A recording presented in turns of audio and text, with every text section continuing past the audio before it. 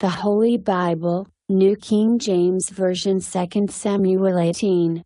And David numbered the people who were with him, and set captains of thousands and captains of hundreds over them.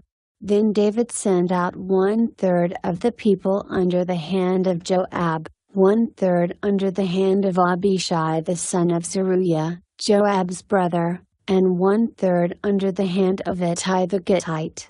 And the king said to the people, I also will surely go out with you myself. But the people answered, You shall not go out. For if we flee away, they will not care about us, nor if half of us die, will they care about us. But you are worth 10,000 of us now.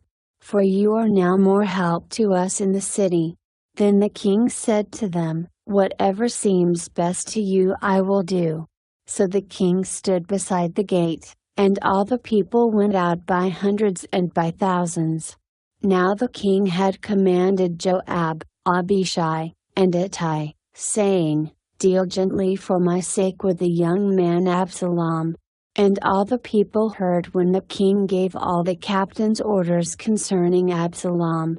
So the people went out into the field of battle against Israel. And the battle was in the woods of Ephraim.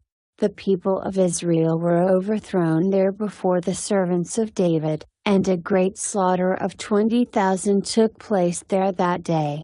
For the battle there was scattered over the face of the whole countryside, and the woods devoured more people that day than the sword devoured. Then Absalom met the servants of David. Absalom rode on a mule. The mule went under the thick boughs of a great terebinth tree, and his head caught in the terebinth, so he was left hanging between heaven and earth. And the mule which was under him went on. Now a certain man saw it and told Joab, and said, I just saw Absalom hanging in a terebinth tree.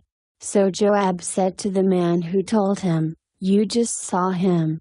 And why did you not strike him there to the ground? I would have given you 10 shekels of silver and a belt. But the man said to Joab, Though I were to receive 1,000 shekels of silver in my hand, I would not raise my hand against the king's son. For in our hearing the king commanded you and Abishai and Ittai, saying, Beware lest anyone touch the young man Absalom. Otherwise I would have dealt falsely against my own life. For there is nothing hidden from the king, and you yourself would have set yourself against me.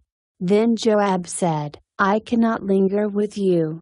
And he took 3 spears in his hand and thrust them through Absalom's heart, while he was still alive in the midst of the terebinth tree.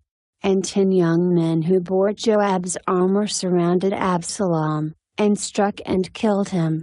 So Joab blew the trumpet, and the people returned from pursuing Israel. For Joab held back the people.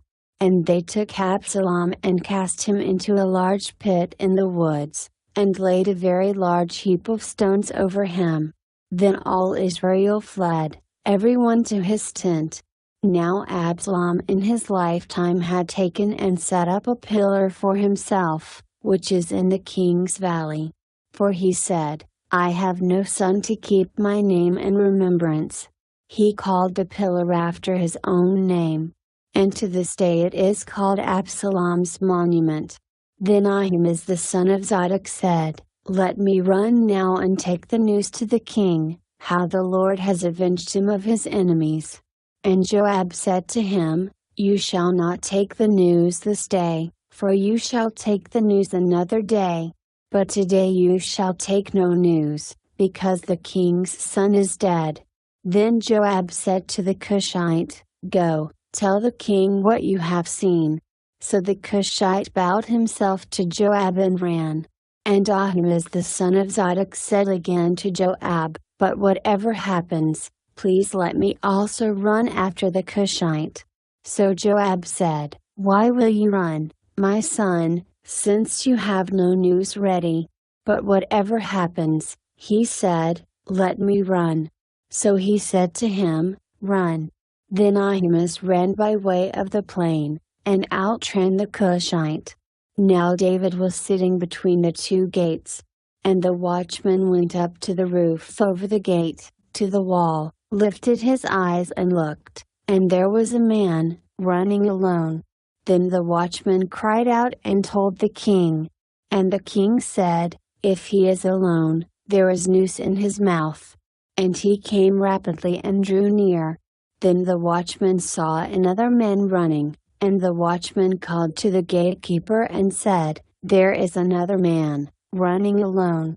And the king said, "He also brings news."